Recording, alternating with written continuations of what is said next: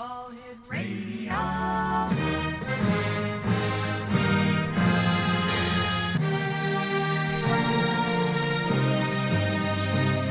Welcome to the X Zone, a place where fact is fiction and fiction is reality.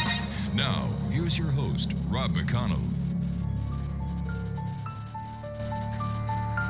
In the silence of the night where shadows softly play, a voice emerges gently guiding minds astray. Rob McConnell calls to us from a realm unseen. The X-Zone beckons softly where dreams blend with the keen.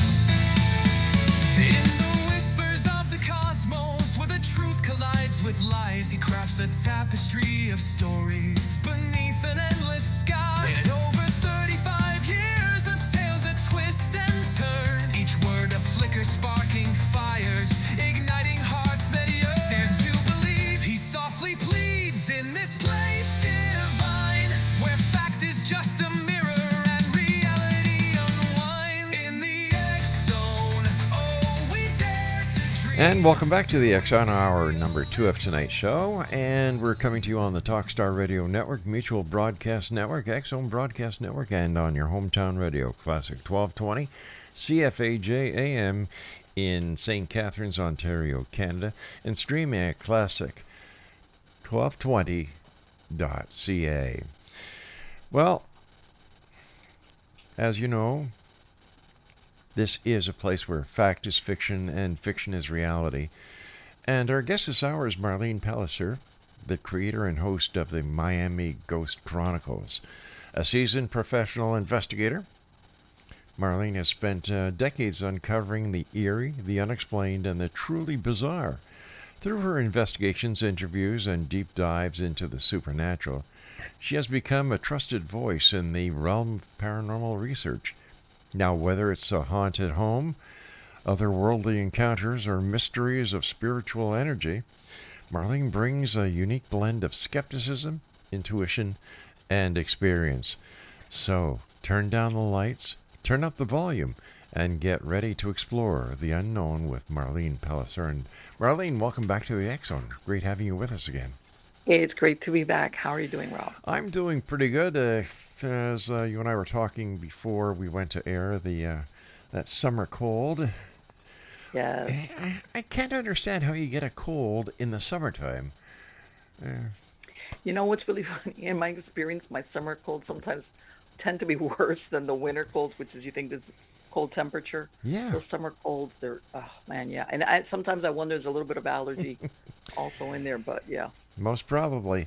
Marlene, for those listeners who have just joined us on our new networks that we're on, tell us about Miami Ghost Chronicles and how Miami Ghost Chronicles got started. Well, this was prior, once upon a time in a galaxy far, far away, prior to internet and all this other stuff. I had an interest in the paranormal and ghost, and somehow or other, I got, asked to participate in certain investigations. And I use that word loosely because really that's not the way we looked at it. It was more people having problems of a supernatural nature. This was prior to like 2000. Mm-hmm. And then around that time, I want to say between that plus I started getting, I set up Miami Ghost Chronicles because I started getting stories. Remember, this is before the advent really of social media the way it is now. So I would get a lot of emails of people having experiences and like, hey, have you heard of this? And this was, again, a small website. And from then on, I once I got more into that field, I worked with a foundation that covered the state of Florida, which meant it worked with different individuals and groups depending on where they got a request for a case. Then they would ask whoever was in that area, hey, can you go out there? Could you do a phone interview? Or go, and speak to these people and find out, first of all, is there anything supernatural going on or is it something totally different? And I worked with them for many years. And then it just took off from there, as far as I work with so many different groups and individuals, some that even left the state, and I went to meet with them on certain investigations, and even now I still consult on some of them. So it's one of those things where I want to say I was involved in it before, you see the reality shows where it Hmm. became so popular and and as a matter of fact, like I said, I had to develop film, and also this was people wanted to keep this on a very low profile. The last thing they wanted was to let their neighbors, sometimes even their other family, members know that they lived outside the household, that they were having something of what they suspected was paranormal in origin. And by then, they had ruled out, they had already, on their own, they already called in an electrician or a plumber or an exterminator. By the time they called somebody to help them with this, they had already tried to find a solution on their own. Contrary to now, right away people go to the ghost thing. Yeah. Back then, it was the other way around. And like I said, no, and it just it just took off from there as far as people reaching out because they just were in most cases, I want to say they were at their rope's end of what to do with what was going on for them, especially if they had lived in a certain house for a while and they had not had problems, and then all of a sudden they start to experience things like what's going on, what is this, that kind of thing.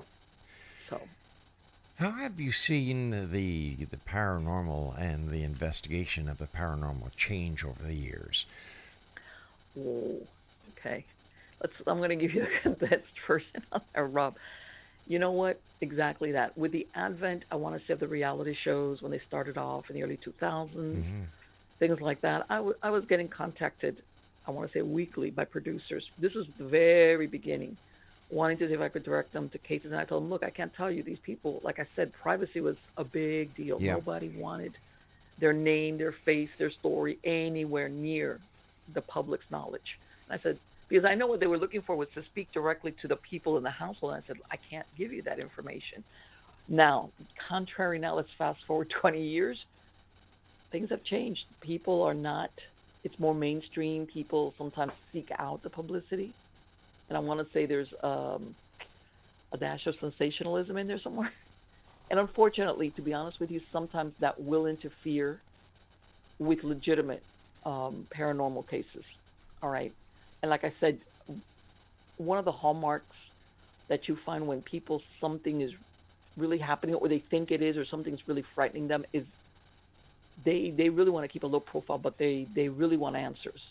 In other words, they're not looking, oh, like, oh, you're not gonna, they don't want nobody rolling out with a bunch of people and cameras and cables and anything in front of their house. On the contrary, they're like, please help me. And in some cases, I want to say they've already gone the route of going to their local church, Yeah. whether Catholic or any other denomination. They've already gone that route, and they've kind of, if I want to say, depending also of how much they're involved in whatever their religion is, but they've either been dismissed outright or poo-pooed or made to look like, are you sure you're not imagining this? And you can tell these people are like, well, what am I supposed to do Yeah. now? So why do So, you think it changed? because I want to say people, everybody wanted their, what is it, 20 minutes of fame. It became where I think that some of these shows looked like it was, how's this? It was adventurous. It was interesting. Um, Socially, by the way, you get to know a lot of people if you work in a group. All right. Um, and if you look at, because this is the thing, when you see the shows, these shows are produced for entertainment. You have Hmm. people, a host of people in the background that get interesting cases or locations, and they prep and they go back. Whereas when sometimes I did a lot of cases which were like, for lack of a better word, boring, you know, there either there was nothing there or the supernatural is not an on-demand thing. You can go and you could speak to people in the house, or they're very credible, and nothing happens. Or you capture something, but it's only afterwards. It's not like what you see in these shows or in the movies where stuff is flying around or it's really Yeah. in your face, and it's like that's, to be honest with you, that's very rare. That's very rare. But for somebody that is living in a house like that, by the way, and also that's another thing. I want to say 80% or more of the cases I went, whatever was going on, if there was an intelligent haunting, they kind of like went low key. They everything slowed down. Almost to, you want to say, for lack of a better word, to make them look bad. You know, the people that are living look bad. It was very difficult. There was hardly ever was there very significant evidence in your face. Sometimes, but very rarely, compared especially to what these people were doing. And but again, when you live there, it's a different story. And that's another thing. You know, when these shows, after the episode, all right, which is 45 minutes worth of, let's say it's an hour after you take out, all these people pack up their stuff and they leave. We've heard of a lot of scenarios where they've had inexperienced groups go out there, and it makes it worse for what was going on there, because it was just, they did not know how to handle what was out there, and it made it worse. Which is, as a matter of fact, I wrote a book about that called Supernatural Safety, a Paranormal DIY, because I ran across so many individuals or persons who either, one, didn't know how to handle it, couldn't get a group to where they were at, or they had gotten somebody out there and it was like, it went from bad to worse. Like, what am I going to do? And in most cases, how's this? I found a lot, and I hate to say it, but this is the truth. A lot of people opt to move out, Rob. Their solution to the problem is, I'm just going to move. Sometimes it would follow up. But for a lot of people, it wasn't a financially viable option. Whether it was a rental or they owned it or whatever, or some that was like, hey, you know, sometimes it's a family house. I'm not leaving, but at the same time, they were tearing their hair out. They didn't know what to do. All right. So yeah, it became more mainstream, but at the same time, I want to say it kind of hurt legitimate cases in a way, because, again, I want to say because of the sensationalism aspect to it. All right, and there's people out there that some of the things that they've experienced are disturbing. If you have to live there, how's this? If you had to live under these circumstances, you'd be like, wow, I don't know if I could handle that. And it doesn't have to be, how can I say, Hollywood-like, but if you're experiencing very bad nightmares, if you're experiencing feelings of being watched, if you're experiencing hearing noises in your house when you know perfectly well there's nobody there, that will grind down your nerves really quick, let me tell you. It will. It makes you want to, like, you know, sometimes, more than once I heard people say, I just thought I was going crazy. I really thought I was going crazy. And it's almost a relief to find out that they weren't going crazy. Marlene, stand by. You and I have to take our first break. Exonation, our guest this hour is Marlene Pellicer. And we're talking to Marlene about ghosts, hauntings, things that go bump in the night. We're going to be talking about cryptids, UFOs, and much more. Are you a skeptic or a believer? Send me an email. Tell me why you believe or why you don't believe. Exxon, ExxonRadioTV.com, and Marlene and I return on the other side of this break. Don't go away. A tapestry of stories beneath an endless sky. And over 35 years of tales that twist and turn. Each word a flicker, sparking fires, igniting hearts that yearn. Dare to believe he softly pleads in this place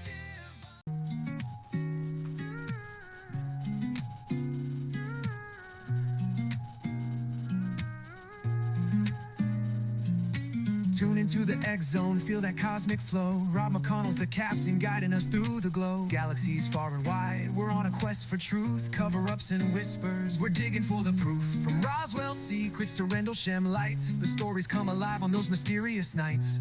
Former insiders, abductees take the stage. Personal encounters, they turn the page. In the X Zone, we're grooving through the stars. Searching for answers, we reach for our dreams. Are we alone? Is there life out there? With each episode, we unravel the extremes. Area 51, where the secrets run deep. Alien implants that make you lose sleep. Astrophysicists and researchers unite, pushing the limits, reaching new heights. Each twist and turn reveals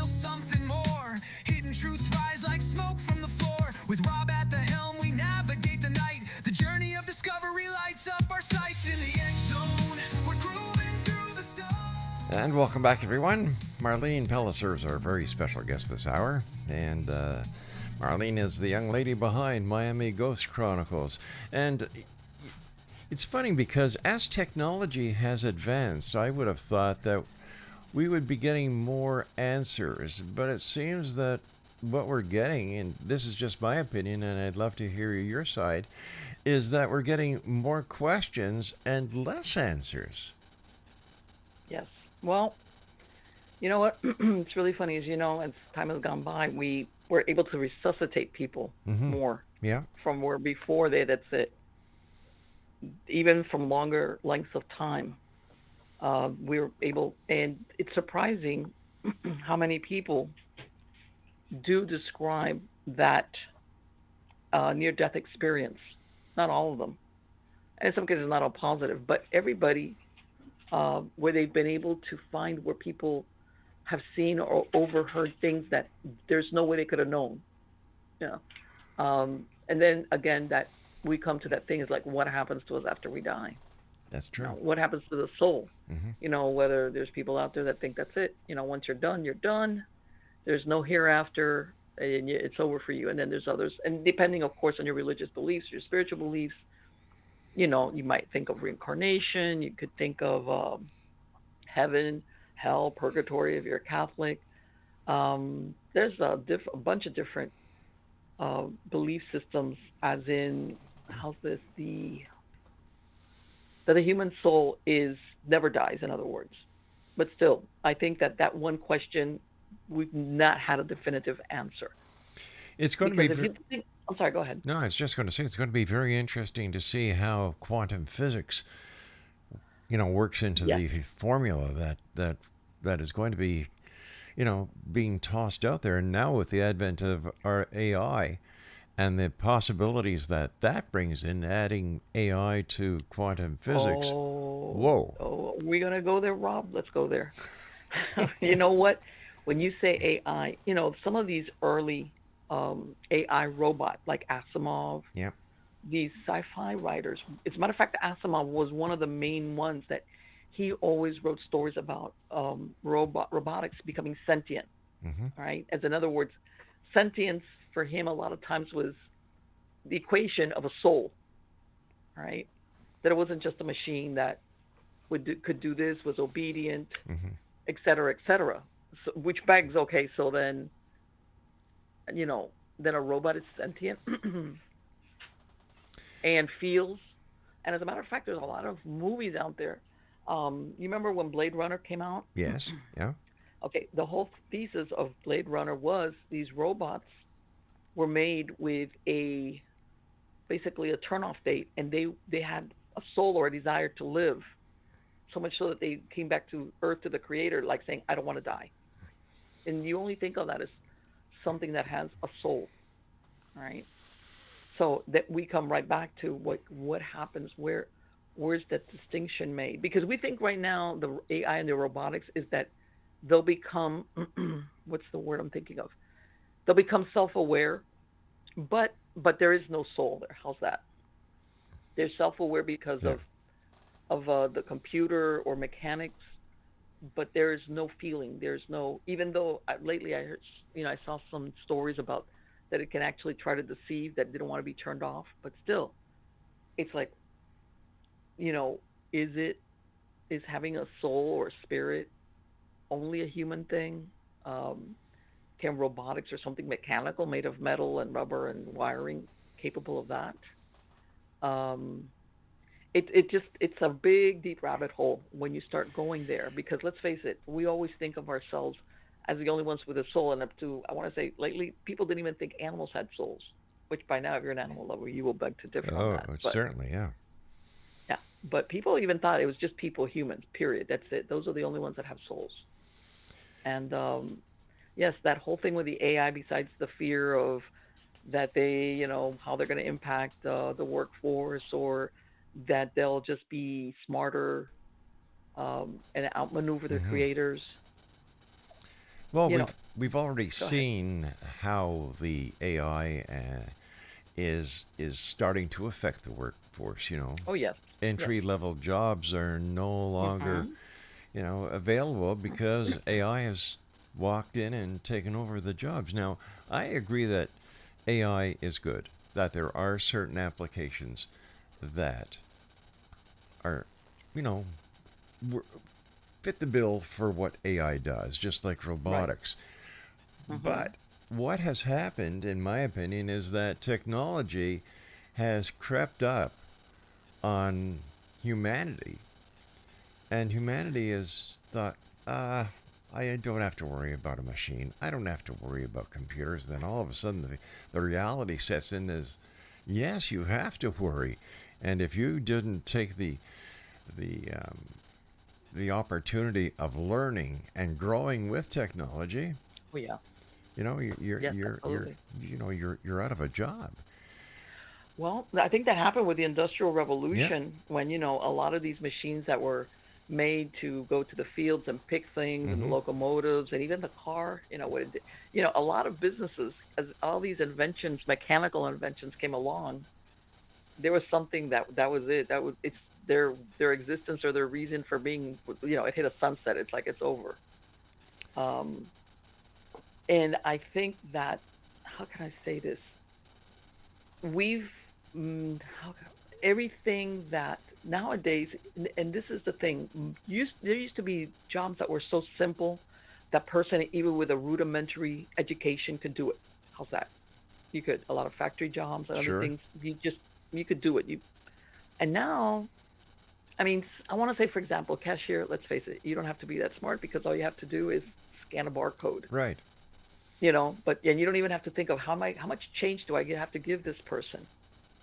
But by the same token, other simpler jobs, if you don't know, if you're not, how's this? If you're not computer savvy or a little bit tech savvy, it's gonna be difficult for you. And I personally, I worked for many years in a corporate setting where I saw the transition from paper to computer based. Mm-hmm.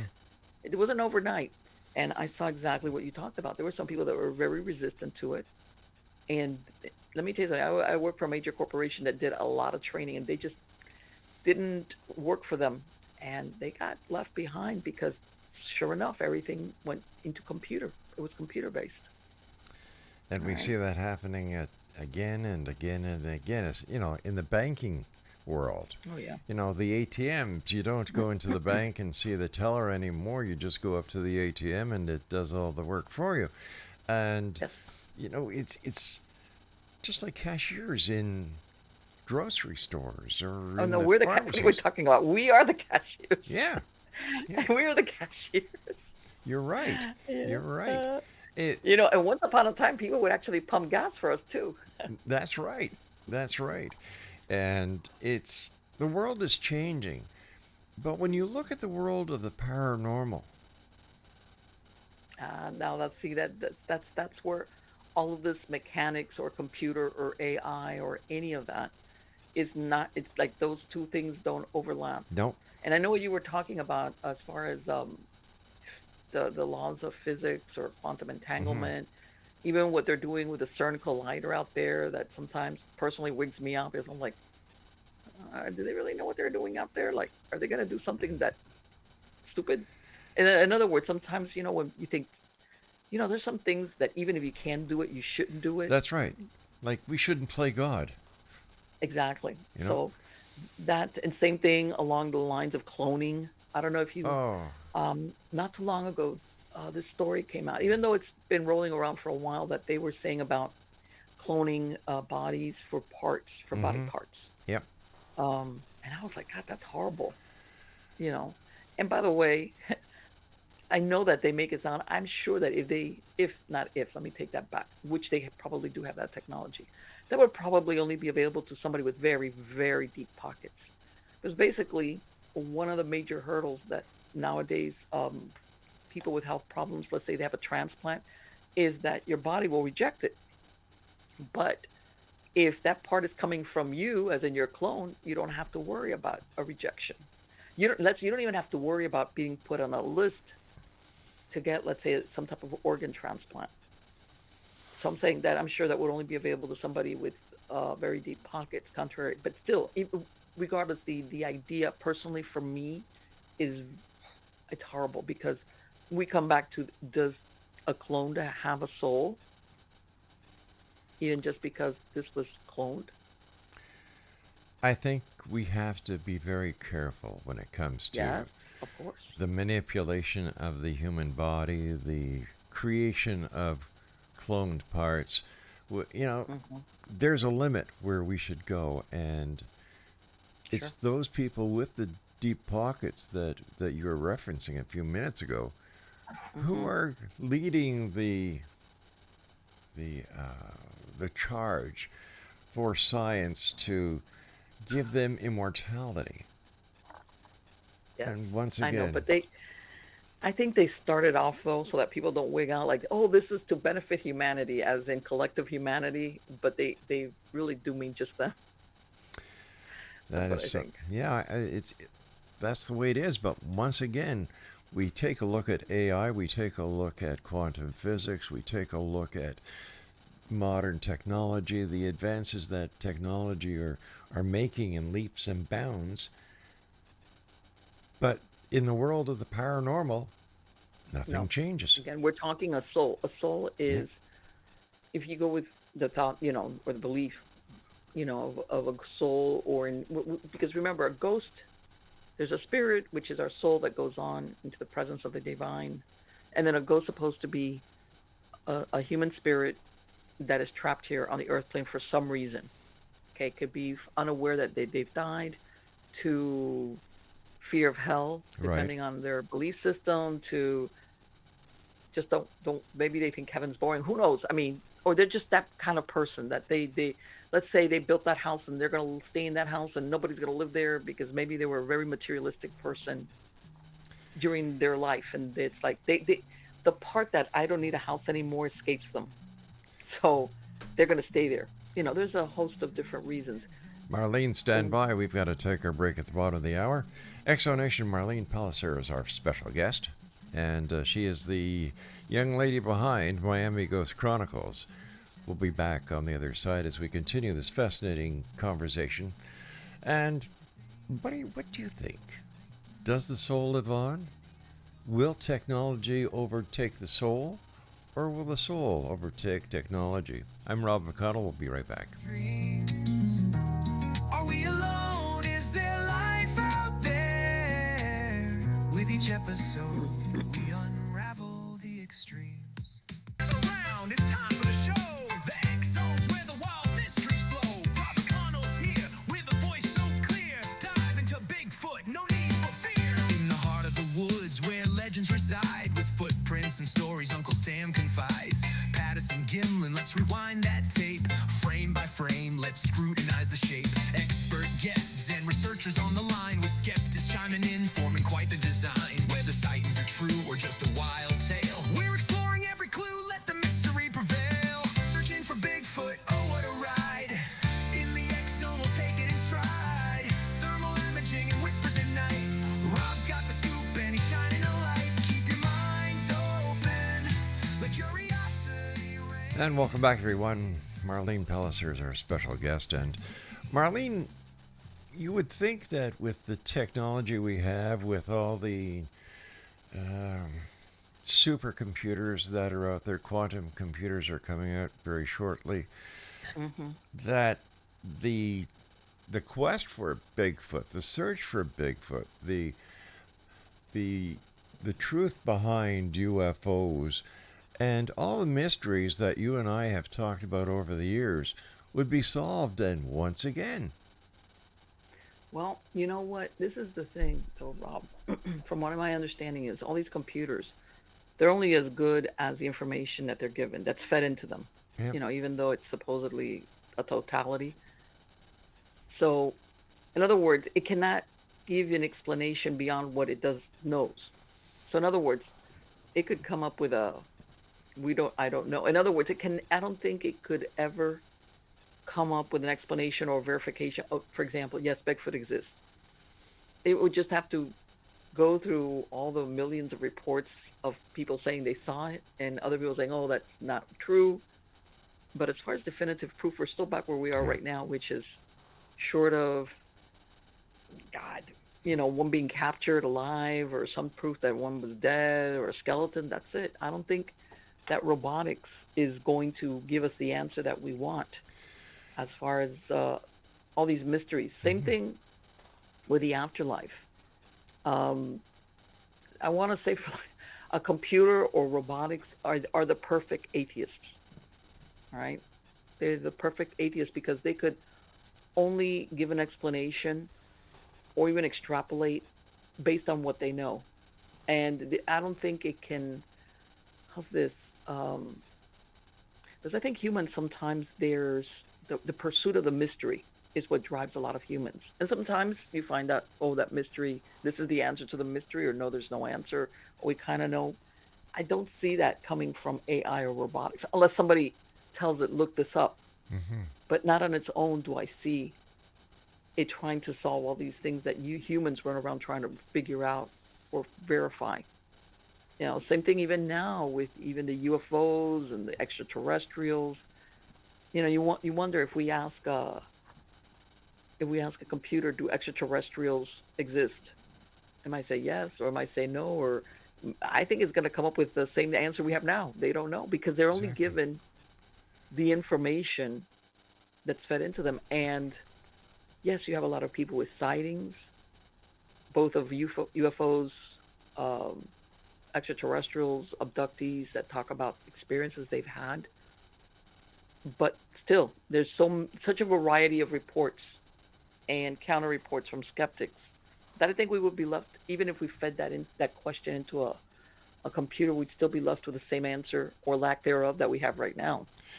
Do you remember the old computers where you had the punch cards? Oh yeah, true. The saying back then was garbage in, garbage out. Yeah. And that still applies today. Like somebody hit the wrong button when they programmed it. So what is your take on the UFO question? Oh my God! In your opinion, I kind of in your opinion, are UFOs from other planets, other dimensions? You just asked a really good question because, as a matter of fact, was it today or yesterday, Rob? I read an article that came out saying that now they've discovered that a lot of these stories of UFOs was a big psyop from the Pentagon, of all places. It's hard to believe, where basically they put out all these like flying saucer stories and all these sightings. I think especially the ones that got a lot of coverage throughout the country, basically to hide the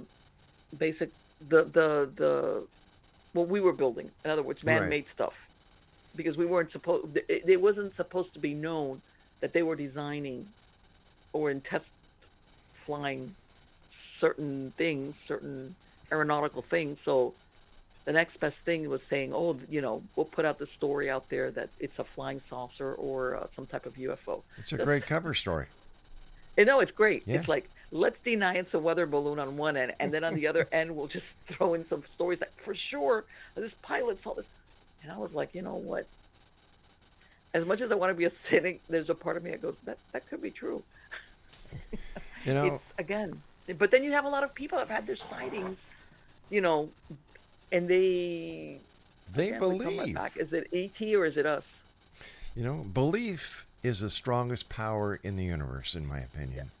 Yeah. If you believe something to be real, no one can change your mind that it's not real.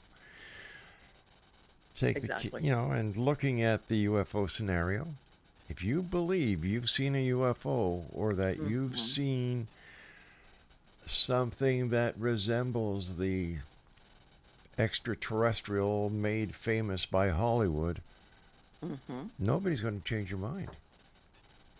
Exactly, because my own lying eyes. Now, the thing is, did you see what you think you saw? For real. Not that the person is not believing it. It's what is it you really saw. And again, I think that a lot of people have seen things that it's not like it wasn't a mistake. So again, it comes back. What you're seeing, that weird shape with the lights, was that ET or was that us all along? And I think that's where the question comes up, like, are you kidding me? All this time we're thinking that it's the tall Nordics or the reptilians, and it turns out it's us. It's a matter of national security, and I Sure, believe of that course. as surveillance technology Oh, became, let's not go there. more and more prevalent, you've got the satellites that are watching our side, and you've got the other guy's satellites watching their side. It's there, and they had to move what was on top into underground bases. Makes sense. And Yes. simplicity. We seem to have lost the ability to look at a situation, analyze it in the most simplistic form in order to get what I think would be the most logical answer. But we complicate things. We humans cannot exist with simplicity. And I believe in my heart of hearts that when it comes to the UFO phenomenon, it's what you believe because it is truly unidentified. You don't know Yes. what it is. Yes. I was listening to a conversation with a couple of military people talking about the event at where I can't remember the name of the place where this UFO apparently knocked out a grouping of ICBMs. Mm-hmm. Doctor Captain Robert But Salas talks about it. yes, but you know what? As a matter of fact, that article I read addressed that. And according to the article, again, I'm not saying this article is correct. I'm just Hmm. saying what it said. They were saying that that episode where it locked it out was them testing some type of electromagnetic pulse. Pulse. Yep. That, in other words, it wasn't. Because you've heard that, hey, we're never going to go into nuclear war because the ETs are going to come and they're going to stop it and they're going to shut it down and we won't be able to blow ourselves up. When you read that story, it was not ET. It was them testing out some type of. I'm sure it always ends up being a Hmm. weapon of electromagnetic pulse, and that's what shut everything down. And I was reading, I was like, well, there goes that. There goes As far that. as ET not letting us do something stupid, but yes, and that's again, I think we're sometimes also with the advent of the internet, we get thrown so much information all at once that we're like, man, where does the truth lie? Is it in here somewhere and amongst all of this? We don't want to be deceived, but at the same time, like I said, I think deep down, especially as technology advances, Rob, I think that we yearn more and more for mystery beyond the exactitude that we get with AI and the computer, like you Hmm. said, that we're under surveillance. I think a lot of humans yearn for that. That not everything is explainable, and not everything has a hard and fast and absolute answer, or the how's this is everything goes on a scientific Hmm. basis. Do you know there's still people who believe that the Earth is hollow? There's people that believe it's flat. Okay, and I'm That's sure there's yeah, people flat earthers going, Marlene. Yes, I've heard of that. I've yeah. heard of hollow Earth. I've heard of flat earthers. Um, And then I don't you, know, but then you hear, that there's oceans of magma underneath, you know, different parts of the Earth's surface. As a matter of fact, lately we've been having some earthquakes here and there. So that's the part where I don't know enough about that field to say is that possible, or where would there be a sun, or where would mhm. sunlight, come from? How's that? Or any type of uh, light source? How's that? Once again, it's man trying to play God, and it just doesn't Hmm. work. It just It doesn't doesn't. work. I think it makes life less enjoyable.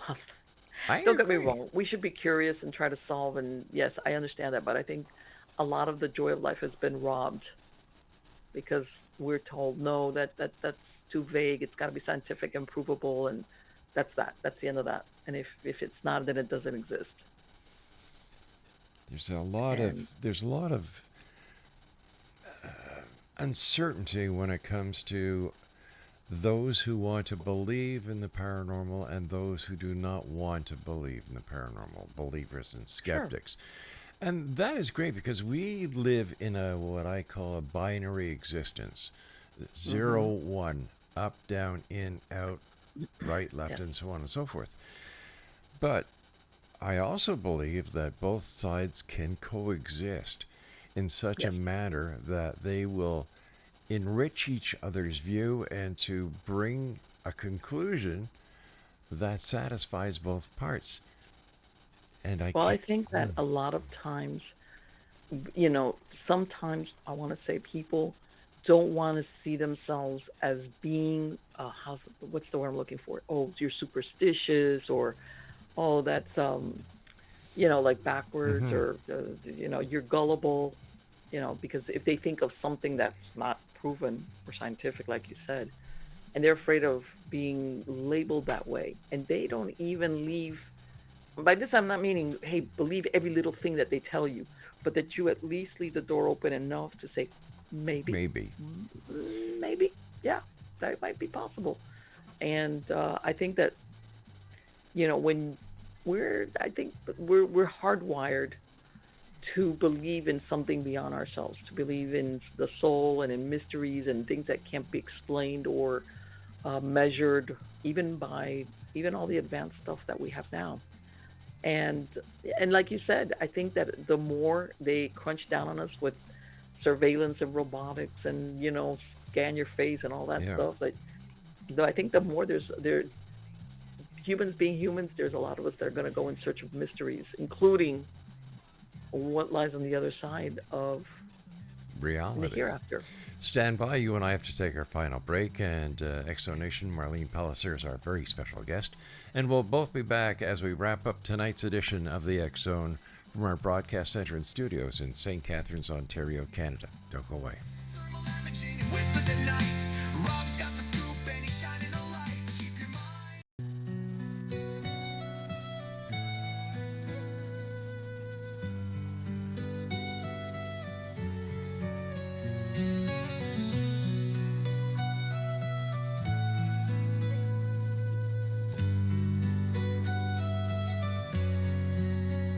In the stillness of the high desert sky, where the stars tell stories as the eagles fly, there walks a woman strong and wise, with ancient echoes in her eyes. A healer's voice, a sacred flame, calling all seekers by name. Oh, Gwilda, child of the dawn, keeper of truths that were never gone. You walk the path where few have trod, with the earth below and the voice of God, teaching hearts to rise and mend on the winds of change that never end. From tribal roots to Welcome back, everyone. Marlene Pellicer is our special guest. And Marlene, thank you so much for joining us tonight. It's a great pleasure talking to you. And I love the fact that, we can open up our minds and we can question so many things that when you come back to it, Hmm. no matter what discoveries are made, when it comes to the soul, when it comes to the paranormal, nothing Yes. changes. Everything remains the constant. And maybe that's what the Yes. paranormal is the constants that we all need in order to progress as a society. Hmm. Well, think about it, Rob. Most for thousands of years, across all cultures, civilizations, religious beliefs, there's always been a belief in the afterlife Yes. and in ghosts, right? As a matter of fact, and not only the soul, but the fear of when we go into the paranormal, the ghost of or somebody that was dead coming back. And you see that across the world, regardless of what religion or spiritual belief or the culture, the civilization. Everybody, all humans had that. And you think, come on, was that coincidental? I don't think so. Even from ancestor worship in some cases Mm-hmm. to even, well, if you want to go with the Egyptians, which they would do the mummification, but there was always the belief of that we were more than just our bodies, That's our right. physical body. And then you've got Stonehenge. You've got the pyramids Yes, in Central and South America. You've yes, got the legends, the folklores that were passed down from family to family to family to generation. If yes. there was no essence of truth to any of these mythological stories, do you think that they would have survived the test of time? No, no, I don't think so. You would even have, some of these Greek thinkers like Aristotle and Hmm. Plato and all of Socrates. They all believed in ghosts. I mean, they were known for their logic and their philosophies, but across the board in all these different, there was this belief of um, the dead and in other words, that I don't think that I can think of there was any group of people that ever thought that when you died, that was it. There was no more of you as far as your spirit. Everybody believed that the human soul transcended physical death. Yes. All right, and then in some cases you have the reincarnation, belief, which is where you come back. But there was always that belief that the soul, the man's soul, is eternal. Well, if Now, it's energy, energy cannot be destroyed. So exactly, there you go. exactly. But there's some people want to say that it's finite. I don't know. Sometimes, I always posit, what happens to the atheist or the person that thinks that, hey, when you're dead, and it's over, and then they die, and they look around, they go, wait, I thought, what do you mean it's not over? Isn't that the I truth? was like, what do you do then? That kind of thing. So yeah, and to be honest with you, Rob, across with so many years of investigations, I've seen things that lead me to believe that there is something beyond. There is that there is such a thing as the existence of either ghost or spirit that moves on, whether it's troubled. Yes, it does, and I've seen enough to know, not because of a gadget that went off or anything Hmm. that I've experienced throughout the years. That I don't need somebody to tell me no. It's like no, it's not my imagination. I know what I've seen and what I've heard, um, personally firsthand to know that does exist. That does exist. And I wasn't drinking. I wasn't doing drugs either. So yeah, Where do you see the paranormal investigations going on in the future? Do you think that it'll still remain as popular as it is today, or do you yeah. think there'll come a time when people will say, you know what, all these years nothing has been discovered. Maybe it's just time we let it go and go into bigger and better things. You know what? No, I don't think so. And I'll tell you what. You'll have people that are the hardcore that I don't believe in ghosts Hmm. and all that. All you guys. But you know what? Those are the first ones that hear a weird sound where Yeah. they shouldn't be, and they run out of the house. They might be a skeptic up to some point. I think there's a part of us that recognizes the that there is something more. I mean, and like you said, things that appear solid, physics is basically proven they're not solid. Exactly. Um, I mean, then of course it could go from there. I don't, but I guess my point is the afterlife or the existence of the human soul or what happens. I don't think it's going to be proven. Uh, how's this? Under scientific methodology, like, hey, you can reproduce it in a laboratory. I don't think that's ever going to happen. So yes, that people are going to pursue it and want to Hmm. know the truth.